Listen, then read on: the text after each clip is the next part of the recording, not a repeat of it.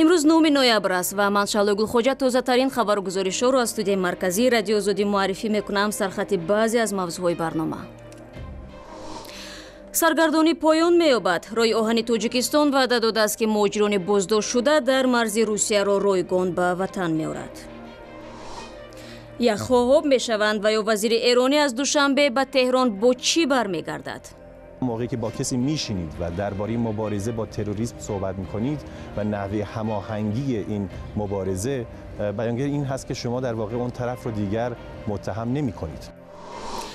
و زعفران جای کوکنو رو تنگ میکند. کشاورزان افغان میگویند کشت و پرورش زعفران که قانونی است برایشان فایده بیشتر میآورد. کشت ازی از کوکنو را خیلی زیادتر حاصل داره. اگه کسی بتونه و بدونه که بدونم. روی آهن تاجیکستان از حکومت کشور دستور گرفته است مهاجران اخراج شده از روسیه را که در ایستگاه اقصرای ولایت استراخان بند ماندند رایگان به وطن انتقال بدهند. از روز دوم تا 6 نوامبر مقامات مرزبانی روسیه بیش از 180 شهروند تاجیکستان را هنگام بازگشتشان به وطن از قطار فراورده بازداشت کردند. از 130 مهاجری که در مرز نگهداری میشوند دادگاه روسیه نسبت نصف آنها قرار اخراج و منع حق ورود به مهلت 3 سال را صادر کرده است. مقامات روی آهن میگویند آمادند این مهاجران را به پول به تاجیکستان رسانند. با سپارش حکومت جمهوری تاجیکستان کارخانه واحدی دولتی راه آهن تاجیکستان وظیفه‌دار شده است که برای به طور رایگان به جمهوری تاجیکستان انتقال دادن همه آن مهاجرانی که حجت‌هایشان را به سامان رساندند وظیفه‌دار شده است. سفارت تاجیکستان در روسیه میگوید هیئت نمایندگان حکومت تاجیکستان در اقصرای به مهاجران از نظر حقوقی، تامینات با نقلیات و در حل مشکلات دیگر کمک میکند. فعلا تماس تلفنی با خود مهاجران که دوام 1 هفته به این سو در بازداشت به سر میبرند برقرار نشده است. وزیر امور خارجه ایران شام 8 نوامبر در مراسم افتتاح بنای نوی سفارت این کشور در دوشنبه شرکت کرد. سفر محمد جواد ظریف به تاجیکستان در شرایطی انجام می شود که تقریبا 2 سال اخیر دوشنبه و تهران مرحله مشکل همکاری را پس سر می کند. تا کجا آمدن محمد جواد ظریف به تاجیکستان سردی دو کشور را از بین می برد؟ داریوش رجبیان روزنامه‌نگار تاجیک در این باره نظر خود را دارد. میشه گفت که این روزها ما شاهد شکفتن نخستین غنچه ها در روابط میان ایران و تاجیکستان پس از یک سرمای ناگهانی و بسیار کوتاهی در مناسبات بین این دو کشور بودیم. چه صحبت های آقای ظریف که میگفت تاجیکستان خانه ماست، با اعتماد به نفس هم این صحبت ها رو میکرد، و چه صحبت های آقای اسلوف همتای ایشون در تاجیکستان که تاکید بسیار زیادی داشت روی گسترش روابط با ایران و همینطور البته اشاره هم میکرد به اینکه در این روابط باید از ظهورات نامطلوب خود رو کنار گرفت یا در واقع پرهیز کرد. اینها همش بیانگر این هست که اختلافات آهسته آهسته داره ظاهراً برطرف میشه. البته از همون آغاز این سرما هم احساس میشد که این اختلافات چندان بلند مدت نیست، نه به خاطر تنها صرفاً روابط سیاسی نزدیکی که ایران و تاجیکستان در گذشته داشتن، بلکه میدونیم که پیوندهای تاجیکستان و ایران بسیار گسترتر از این هست و به اعماق قرنها برمیگرده. و از سوی دیگر موضع ابرقدرت منطقه هم که روسیه باشه بسیار مهمه در این زمینه که به نظر میاد بی تاثیر نبوده باشه. و همینطور میدونیم که در گذشته همین تا چندی پیش تاجیکستان ایران رو متهم می‌کرد به اینکه همدستی کرده با برخی از گروه‌های به اصطلاح تروریستی در تاجیکستان، در حالی که دیروز شاهد اون بودیم که آقای رحمان رئیس جمهوری تاجیکستان با آقای ظریف وزیر خارجه ایران درباره نحوه مبارزه با گروه‌های به اصطلاح تروریستی در منطقه هم صحبت کردند، اونطور که گزارش‌های رسمی میگن. و دیدار یا نشستی که قرار روز 10 نوامبر یعنی فردا در سمرقند برگزار بشه، کنفرانس بین‌المللی ضد تروریستی و امنیتی هست که در اونجا هم آقای اسلوف و هم آقای ظریف و هم مقام‌های مربوطه دیگر از کشورهای منطقه حضور خواهند داشت. یعنی شما موقعی که با کسی میشینید و درباره مبارزه با تروریسم صحبت می‌کنید و نحوه هماهنگی این مبارزه، بیانگر این هست که شما در واقع اون طرف رو دیگر متهم نمی‌کنید به اینکه او هم دستی داشته با گروه‌های به اصطلاح تروریستی. رو می‌آوریم به موضوع دیگر. تغییر اقلیم و آبشوی پیریخ‌ها از موضوعی است که چند سال اخیر مایه نگرانی مقامات تاجیکستان شده است. تنها در 10 سال گذشته تقریباً 30% پیریخ‌های کشور آب شدند و ادامه کردن این روند به باور حکومت تاجیکستان میتواند باعث جنجال میان دولت‌های آسیای مرکزی شود. اما در همسایه کشور تاجیکستان قرقیزستان قانونی را بحث دارند که به محو پیریخ‌های بزرگ آن کشور اجازه می‌دهد. مخالفان این طرح با نشان اعتراض میگویند مقامات کنونی می‌خواهند به خاطر منفعت مالی پیریخ‌ها را قربان استخراج طلا کنند. با وجود آنکه اعتراضگران ساعت‌های دراز را پشت پنجره پارلمان سپری کردند، وکیلان مصروف با قبول قانون‌های نو حاضر نشدند عرض آنها را گوش کنند.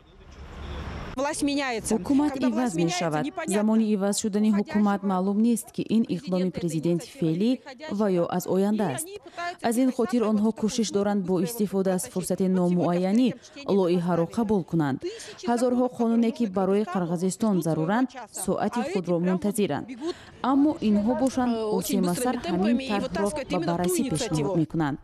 سخن درباره طرح جنجال برانگیزی مربوط به کودکس آب می رود.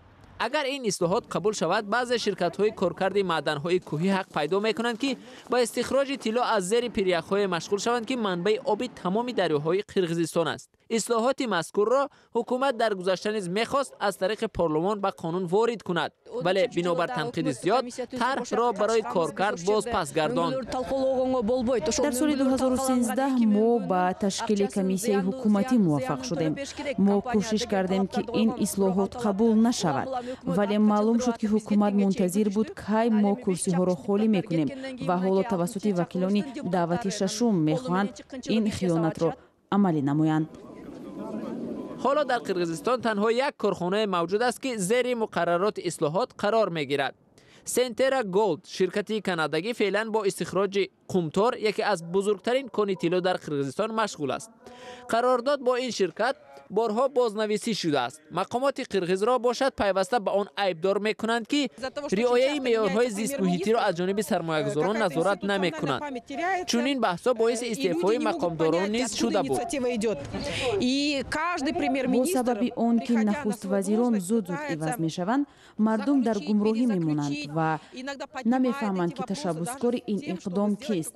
هر نخست وزیر برابر آمدن به منصب کوشش میکند این مسئله را دوباره با هدف شانتاژ کارخانه‌های کارکرد معدن به بررسی بگیرد. تحلیلگران میگویند مقامات بنابر آن که سنترا گولد الکی دو پیریخ بزرگ را نابود کرده است مجبور شدند کودکس آب را بازنویسی نمایند. وکیلان نیز این را رد نمیکنند. سنترا گولد هنگام استخراج 20% دو پیریخ بزرگ داوود و لیسی را ویران کرد. 20% باقی مانده را عموما از بین برد. عید محمد نظرف یکی از آنها است که از اصلاحات به قانون در پارلمان پشتیبانی میکند. او میگوید قانون مذکور به شرکت کانادایی اجازت میدهد که فعالیتش را در کانهای طلا ادامه بدهد، چون به این هم پیریخ‌ها آب شدند. اما وکیل از ذکر آن که در آینده شرکت‌های دیگر نیز از چنین امکانیت برخوردار خواهند بود خودداری میکند. تنها کافی است که حکومت این شرکت‌ها را استراتژی و برای بودجه فایده آور ارزیابی نماید. این هم در حالی است که چند پیش المازبک اوتنبایف رئیس جمهور قرقیزستان در جلسه سازمان ملل گفته بود که نابودشوی پیریخ‌ها میتواند برای این کشور فاجعه انگیز باشد.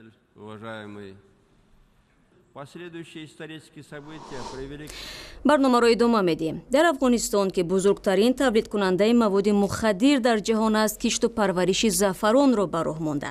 کشت این رستنی برای دهقانان و بودجه این کشور میتواند به مراتب فایده آور باشد. مقامات و سازمان‌های بین‌المللی سعی دارند به تدریج میدان‌های وسیع کوکنار را از بین ببرند و مردم به پرورش زراعت‌های قانونی مشغول شوند. گزارش نوبتی ما در همین باره است. کشاورزان و تاجران افغان در ولایت غربی هرات باور دارند که کشت زعفران آنها را از وابستگی به تولید افیون کنار خواهد کشید. استحصال غیر قانونی افیون در افغانستان بزرگترین ساحه صادرات این کشور را تشکیل می دهد. حکومت افغانستان و کشورهای غربی تلاش دارند که توسط برنامه‌های خاص کشاورزان را به کشت زراعت‌های دیگر تشویق کنند و نفوذ گروه‌های قاچاقبر مواد مخدر و گروه مسلح طالبان را که در حمل و نقل و قاچاق مواد مخدر دست دارند از بین ببرند. 1 کیلو زعفران در بازارهای غربی تا $1500 نرخ دارد و الटरनेटिव جالب به کشت مواد مخدر است.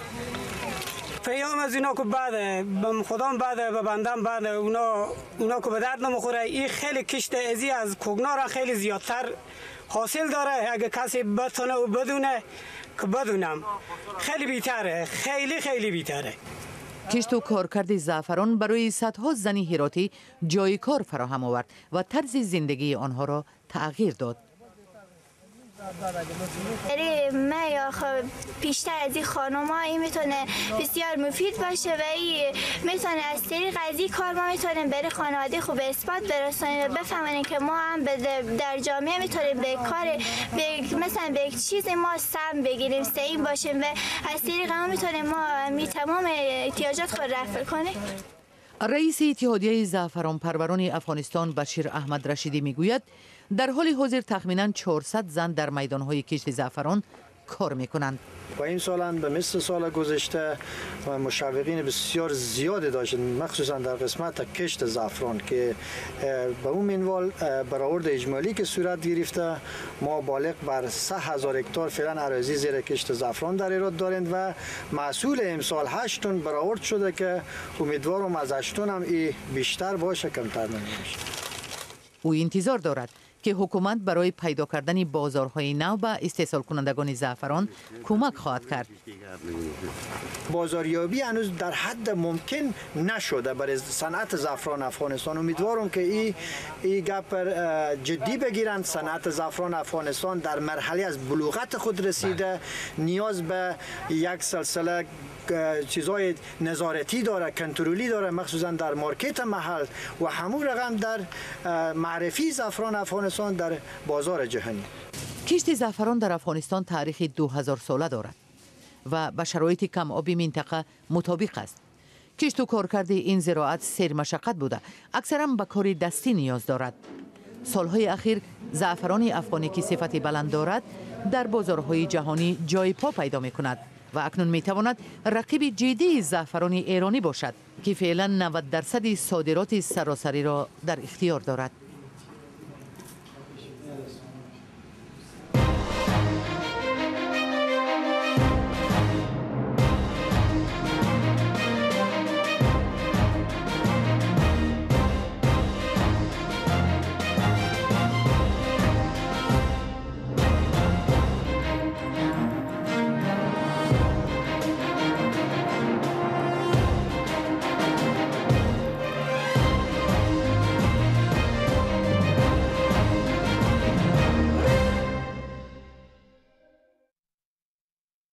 شما برنامه خبری رادیو آزادی را تماشا میکنید. در پاکستان روز 8 نوامبر یک مسابقه خطرناک دایر شد که اساساً مردم روستاها برگزار میکنند.